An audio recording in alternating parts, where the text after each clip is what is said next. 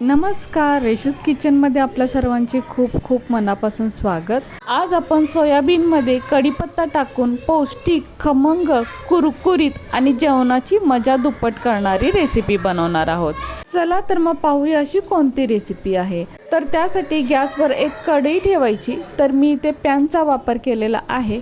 आता यामध्ये आपल्याला सोयाबीन टाकायचे आहे। तर इथे मी या वाटीने 1.5 वाटी सोयाबीन घेतलेले आहे। याला सोया चंक असेही म्हणतात। सोया चंकमध्ये भरपूर प्रमाणात प्रथिने असल्यामुळे स्नायूंची वाढ होण्यास व शरीराची दुरुस्ती होण्यास मदत होते।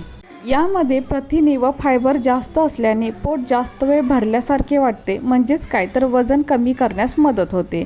तसेच कोलेस्ट्रॉल नियंत्रणात ठेवण्यास मदत होते, त्यामुळे हृदयाचे आरोग्य चांगले होते। तसेच हाडे मजबूत ठेवण्यास मदत होते व मधुमेह सुद्धा नियंत्रणात राहतो। सोयाबीनची भाजी म्हटली की खावशी वाटत नाही, तुम्हाला होतं का असं? जर असं होत असेल आणि सोयाबीनचे फायदे पाहिजे असतील तर ही रेसिपी नक्कीच तुमच्यासाठी। एकदा करून पहा, संपल्यावर पुन्हा केल्याशिवाय राहणार नाही। तर आता सोयाबीन हलकी असतात, त्यामुळे भाजायला सुद्धा जास्त वेळ लागत नाही। मी इथे अगदी कमी गॅसवर भाजत आहे, पण इथे आपण गॅसची फ्लेम लो टू मीडियममध्ये ठेवली तरीही चालेल। तर आता इथे पहा, 1.5-2 मिनिटातच सोयाबीनचा हलका कलर बदललेला आहे। तर अशा वेळी काय करायचं, 10 ते 12 लसूण पाकळ्यासुद्धा यामध्ये टाकायच्या आणि यासुद्धा या सोयाबीनसोबत भाजून घ्यायच्या। लसूण आपल्या आरोग्यासाठी किती महत्त्वाचं आहे हे तर सर्वांना माहितीच आहे व हिवाळा व पावसाळ्यामध्ये तर लसूण आवर्जून खावा, यामुळे सर्दी खोकल्यासारखे आजार आपल्यापासून दूर राहतात। तर सोयाबीन नंतर लगेचच लसूण टाकायचा व सोयाबीन व लसूण हलके हलके भाजत आल्यानंतर, म्हणजे थोडे डाग पडल्यानंतर यामध्ये आपण कढीपत्ता टाकणार आहोत। कढीपत्ता मला खूप आवडतो, त्यामुळे मी इथे जवळजवळ पाऊण वाटी कढीपत्ता घेतलेला आहे। कढीपत्ता आपल्या केसांसाठी खूप उपयुक्त आहे। तसेच ज्यांना मधुमेह म्हणजे शुगर, डायबेटीज आहे त्यांनी कढीपत्ता आवर्जून खावा। कढीपत्त्यामुळे महत्त्वाचं म्हणजे केस गळती कमी होते व मधुमेहावर नियंत्रण राहते, म्हणजे शुगर कंट्रोलमध्ये राहते। आणि कढीपत्त्यामुळे रेसिपीला चवसुद्धा खूप छान येते, त्यामुळे आवर्जून इथे कढीपत्त्याचा वापर करावा। त्यामुळे आरोग्य आणि चव दोन्हीसाठी सुद्धा चांगलंच आहे। तर कढीपत्ता चांगला कुरकुरीत होईपर्यंत आपल्याला इथे चांगला भाजून घ्यायचा आहे। तर आता इथे बघू शकताय, कढीपत्त्याचा आकार बदललेला आहे, म्हणजेच काय तर कढीपत्ता थोडासा भाजत आलेला आहे। तर अशा वेळेला काय करायचं, यामध्ये 1 चमचा जिरे टाकायचे। जिरे सुद्धा आरोग्याच्या दृष्टीने चांगलेच आहेत, म्हणजेच काय इथे जे आपण सर्व साहित्य वापरलेलं आहे ते अगदी पौष्टिकच आहे। तर आता जिरे सुद्धा आपल्याला इथे चांगले भाजूनच घ्यायचे आहेत। तर आता इथे आपण बघू शकतोय, सोयाबीन आणि लसूणवर हलके हलके डाग पडलेले आहेत। कढीपत्त्याचा आकार बदललेला आहे आणि छान असा कुरकुरीत झालेला आहे आणि जिरे भाजायला जास्त वेळ लागत नाही। आता पहा, जिरे तडतडायला लागलेले आहेत, म्हणजेच काय तर जिरे सुद्धा चांगले भाजले गेलेले आहेत। आता गॅस बंद करायचा, तर मी ते गॅस बंद केलेला आहे। आता पॅन गरमच आहे, म्हणून हे साहित्य मी अजून परतून घेत आहे। आता यानंतर हे सर्व साहित्य आपल्याला थंड करून घ्यायचं आहे। तर आपण एका प्लेटमध्ये काढून घेऊयात। नंतर हाच पॅन पुन्हा गॅसवर ठेवायचा व यामध्ये आता अर्धी वाटी शेंगदाणे भाजून घ्यायचे आहेत। तर शेंगदाणे आपण बाकीच्या साहित्यांसोबत सुद्धा भाजू शकलो असतो, पण परत शेंगदाण्याची साल काढावी लागते, म्हणजे कोणाकोणाला नको असते, म्हणून शेंगदाणे सेपरेट भाजून घेतलेले आहेत। जर आपण सालीसहित शेंगदाणे वापरणार असेल तर त्या साहित्यांसोबतच भाजून घेतलं तरीही चालेल। तर शेंगदाणे मात्र आपल्याला इथे अगदी मंद आचेवरच भाजून घ्यायचे आहेत। गॅसची फ्लेम आपल्याला इथे बारीकच ठेवायची आहे, त्यामुळे शेंगदाणे अगदी मस्त भाजले जातात, एकदम कुरकुरीत होतात आणि अगदी आतपर्यंत भाजले जातात। जर गॅसची फ्लेम मीडियम किंवा हाय ठेवली तर शेंगदाणे वरून भाजले जातात, पण आतमध्ये मात्र थोडेसे कच्चेच राहतात। म्हणून नेहमी लक्षात ठेवा, शेंगदाणे भाजताना गॅसची फ्लेम बारीकच ठेवायची। तर इथे आपण शेंगदाण्याऐवजी सुक्या खोबऱ्याचा सुद्धा वापर करू शकतो। तर सुकं खोबरं काही आपल्याला इथे जास्त भाजून घ्यावं लागत नाही, हलके डाग पडले तरीही चालतील। तर शेंगदाणे मात्र छान भाजून घ्यायचे। तर आता बघू शकता, शेंगदाणे इथे चांगले तडकले गेलेले आहेत आणि शेंगदाणे सतत हलवत बसण्याची गरज नसते, अधूनमधून जरी याला हलवून घेतलं तरीही चालेल।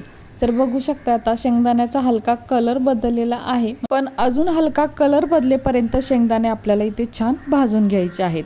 तर शेंगदाणे अगदी करपवायचे सुद्धा नाहीत, नाहीतर रेसिपीमध्ये त्याचा वास येतो व चव सुद्धा बदलते. म्हणून शेंगदाणे अगदी इथे व्यवस्थित भाजून घेणे गरजेचं आहे. तर आता इथे आपण बघू शकतोय शेंगदाण्यांचा कलर बदललेला आहे, म्हणजे शेंगदाणे इथे अगदी छान भाजले गेलेले आहेत.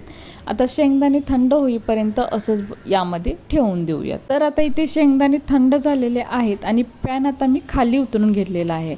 आता यानंतर पहा, शेंगदाणे असे आपल्याला हातावरती चोळून घ्यायचे आहेत. तर ह्याची साल अगदी सहज निघते आणि बघू शकताय शेंगदाणे अगदी मस्त कुरकुरीत असे भाजले गेलेले आहेत. तर आता इथे शेंगदाण्यांची साल निघालेली आहे. यानंतर काय करायचं, तळणीचा झारा घ्यायचा व यामध्ये हे शेंगदाणे भरायचे. तर शेंगदाण्याची साल काढल्यानंतर आपण कसं करतो, पाकडून घेतो, पण याची जी साल असते ती अगदी घरभर उडते. तर असं होऊ नये तर आपण यापूर्वीसुद्धा ही पद्धत वापरलेली आहे. तर हे पहा, असं चाळून घेतल्यानंतर जी साल आहे ती खाली या भांड्यातच पडते व जे शेंगदाणे आहेत ती या तळणीमध्येच राहतात. यामुळे साल घरभर उडत नाही आणि आपलं बरंचसं काम वाचतं. आता यानंतर एक मिक्सरचं भांडं घ्यायचं व यामध्ये आता आपण जे सर्व साहित्य एकत्र भाजून ठेवलेलं होतं ते यामध्ये घालायचं, किंवा हे साहित्य आपण सेपरेट सुद्धा भाजून घेऊ शकतो. व यानंतर साल काढलेले शेंगदाणे सुद्धा यामध्ये टाकायचे. यानंतर थोडंसं म्हणजे छोटा 1 चमचा लाल तिखट, तर लाल तिखटाचं प्रमाण आपल्या अंदाजानुसार कमी जास्त करू शकतो. तसेच चवीपुरते म्हणजे छोटा अर्धा चमचा मीठ व अर्धा चमचा गूळ सुद्धा यामध्ये टाकायचा. गुळाऐवजी आपण इथे साखर सुद्धा वापरू शकतो किंवा नाही वापरलं तरीही चालेल, पण गुळामुळे याची चव अजून वाढते. आता यावरती झाकण ठेवायचं व हे मिक्सरला चांगलं बारीक फिरवून घ्यायचं. तर मी इथे मिक्सरला फिरवून घेतलेलं आहे आणि बघू शकताय आपली इथे सोयाबीनची चटणी तयार झालेली आहे. तर खूप छान अशी ही चटणी इथे तयार होते. तर ही आता चटणी आपण एका ताटामध्ये काढून घेऊयात. आणि हे पहा, अगदी पौष्टिक अशी ही चटणी आपली तयार आहे. खूप छान लागते आणि छान टिकते सुद्धा. अगदी 2-3 महिने आरामात टिकतात, पण तितकी ती राहतच नाही आणि संपल्यानंतर तुम्ही पुन्हा बनवाल इतकी मस्त ही चटणी तयार होते. अगदी लहानांपासून मोठेसुद्धा आवडीने खातात ही चटणी आणि खूप पौष्टिक आहे आणि कमी साहित्यात बनते, घरातीलच साहित्यात बनते, बनवायला जास्त वेळसुद्धा लागत नाही आणि खरंच मस्त अशी ही रेसिपी आहे. तुम्ही एकदा नक्की बनवून पहा. उन्हाळा असो, हिवाळा असो किंवा पावसाळा, अशी चटणी जर ताटात असेल तर जेवणाची मजा दुप्पट होईल. इतकी मस्त ही चटणी आहे आणि अगदी आपण प्रवासात सुद्धा घेऊन जाऊ शकतो. तर कशी वाटली तुम्हाला ही आजची रेसिपी जर तुम्हाला आवडली असेल तर आपल्या माणसांसोबत नक्कीच शेअर करा. आणि हो, व्हिडिओ जर तुम्हाला आवडला असेल तर प्लीज आपल्या या व्हिडिओला एक लाईक नक्कीच करा. नवीन असाल तर चॅनलला सबस्क्राईब करा, सोबत बेल आयकॉन प्रेस करा, म्हणजेच मी बनवलेले असेच नवनवीन रेसिपी सर्वात आधी तुम्हाला मिळतील. आता पुन्हा भेटू अशाच एका नवीन रेसिपी सोबत.